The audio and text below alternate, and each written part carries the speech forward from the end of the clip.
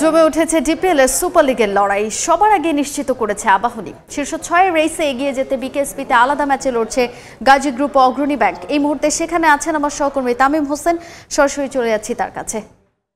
তামিম, ডিপিএলে আজকের দিনের সবচেয়ে বড় চমক কিন্তু নাসির হোসেনের নিষেধাজ্ঞা থেকে ফিরে আসা। দীর্ঘদিন ধরেই কিন্তু নিষেধাজ্ঞায় ছিলেন এই ক্রিকেটার। গতকাল রাতেই কিন্তু আইসিসি থেকে সে খেলার অনুমতি পেয়েছে। তো এরপরে কিন্তু আজকে রূপগঞ্জ টাইগার্সের হয়ে কিন্তু সে মাঠে নেমেছে। তো আমরা যেমনটা জানি যে রূপগঞ্জ টাইগার্স কিন্তু এবারে ডিপিএলের একদম 11তম স্থানে আছে। তাদের সুপার লিগে খেলার সম্ভাবনা একেবারেই কম। তবে নাসির হোসেনের যদি কথা বলতে চাই, যে নাসির হোসেন কিন্তু প্রথম ইনিংসে বেশ দীর্ঘদিন পর মাঠে ফিরে কিন্তু বেশ ভালোই পারফর্ম করেছেন। সে কিন্তু 10 ওভার বোলিং করে 31 রান দিয়ে 1 উইকেট তুলে নিয়েছেন। তবে সেই ম্যাচটা মিরপুরে হলেও কিন্তু আমরা এখন আছি বিকেএসপিতে।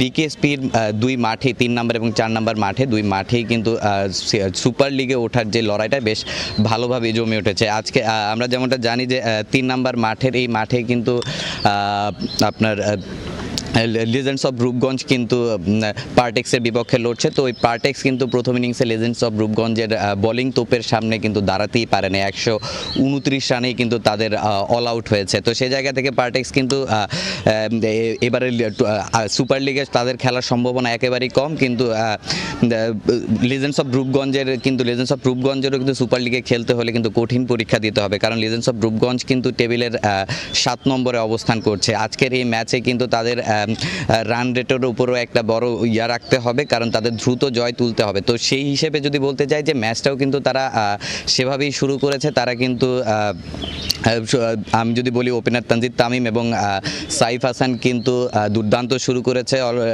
তারা কিন্তু 11 ওভারের মধ্যেই কিন্তু প্রায় 100-র কাছাকাছি চলে গিয়েছে। তো সে জায়গা থেকে বলা যায় যে জয় পাবে এই ম্যাচে। বলাই যায় যে আসলে লেজেন্ডস অফ রূপগঞ্জে কিন্তু এই ম্যাচে জয় পাচ্ছে। তো বিকেএসপির 4 নম্বর মাঠে যে খেলাটা চলছে ওই ম্যাচটাও কিন্তু খুব গুরুত্বপূর্ণ একটা ম্যাচ, কারণ সুপার লিগে অগ্রণী ব্যাংকের কিন্তু টেবিলের 6 নম্বরে অগ্রণী ব্যাংকের অবস্থান। তাদের আজকের ম্যাচটা চলছে কিন্তু ব্রাদার্স ইউনিয়নের বিপক্ষে। তবে ব্রাদার্স ইউনিয়নের বিপক্ষে এই ম্যাচটায় জয় তুলতে কিন্তু অগ্রণী ব্যাংকে কঠিন পরীক্ষা দিতে হবে, কেননা ব্রাদার্স ইউনিয়ন কিন্তু তাদের সামনে 239 রানের বিশাল একটা টার্গেট ছুড়ে দিয়েছে। তো এই জায়গা থেকে লেজেন্ডস অফ অগ্রণী ব্যাংকে কিন্তু জয় পেতে হলে বেশ সাবধানীভাবেই ম্যাচটা শেষ করতে হবে, কারণ তাদের ঘাড়েই কিন্তু নিঃশ্বাস ফেলছে লেজেন্ডস অফ রূপগঞ্জের যে তারকা সমৃদ্ধ যে দলটা, এই দলটা কিন্তু প্রথম দিকে খুব বেগ পোয়াতে হয়েছে, বেশ সহজ প্রতিপক্ষদের সঙ্গে তাদের হারতে হয়েছে।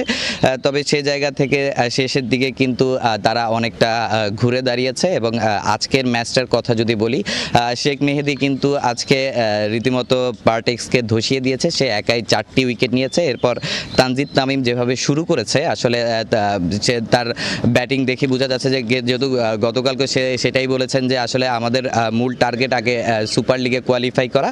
তো ওই সুপার লিগে কোয়ালিফাই করতে হলে কিন্তু তাদের রান রেটের উপর বড় একটা রাখতে হবে। তো সেই জায়গা থেকে তানজিদ তামিম কিন্তু তার পরিকল্পনা অনুযায়ী কাজ করছে। সে এখন পর্যন্ত উইকেটে আছেন এবং আমরা প্রায় তার 40 রানের মতো কিন্তু সে করে ফেলেছেন। তো তার এই 40 রান করতে কিন্তু খুব বেশি বল তিনি খরচ করেনি। আর দলও কিন্তু যেভাবে ম্যাচটা চলছে, তো এতে বলা যায় যে আসলে 20 ওভারের মধ্যেই হয়তোবা ম্যাচটা নিজেদের করে নিতে পারে।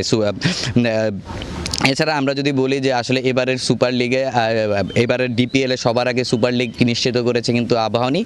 এবারের আবাহনীর দল নিয়ে কিন্তু অত বেশি সবার তেমন একটা প্রত্যাশা ছিল না, কিন্তু সেই আবাহনী কিন্তু সবার আগে সুপার লিগ নিশ্চিত করেছে। গতকালকার ম্যাচেও কিন্তু তারা ভালো একটা জয় পেয়েছে। তবে সবচেয়ে বড় চমকের বিষয় যেটা হচ্ছে যে গুলশান ক্রিকেট ক্লাব, একটা তরুণ দল, সেই দলটাও কিন্তু আসলে সুপার লিগের রেসে খুব ভালোভাবে টিকে আছে এবং তারা কিন্তু শেষ ম্যাচটাতে ভালো একটা জয় তুলেছে। মোহামেডান কিন্তু টেবিলের 3 নম্বরে ছিল, কিন্তু গতকালকের যে ম্যাচটা ছিল তাওহিদ হৃদয়ের নেতৃত্বে প্রথম একটা ম্যাচ খেলেছিল মোহামেডান। সেই মোহামেডানও কিন্তু আসলে সেই ম্যাচটাতে ভালোভাবেই জয় তুলে নিয়েছে। তো বলা যায় যে এখন সুপার লিগের ইয়াটা খুব ভালোভাবে জমে উঠেছে। তো বিকেএসপি থেকে ডিপিএল এর ম্যাচ নিয়ে এই ছিল আমার কাছে সবশেষ তথ্য। ক্রিকেটার নাসির হোসেনের নিষেধাজ্ঞা শেষে ক্রিকেটে ফেরা এবং ডিপিএল সুপার লিগের জমজমাট লড়াইয়ের নানা খবর জানাতে সাভারের বিকেএসপি থেকে আমাদের সঙ্গে সরাসরি যুক্ত হয়েছিলেন সহকর্মী তামিম হোসেন।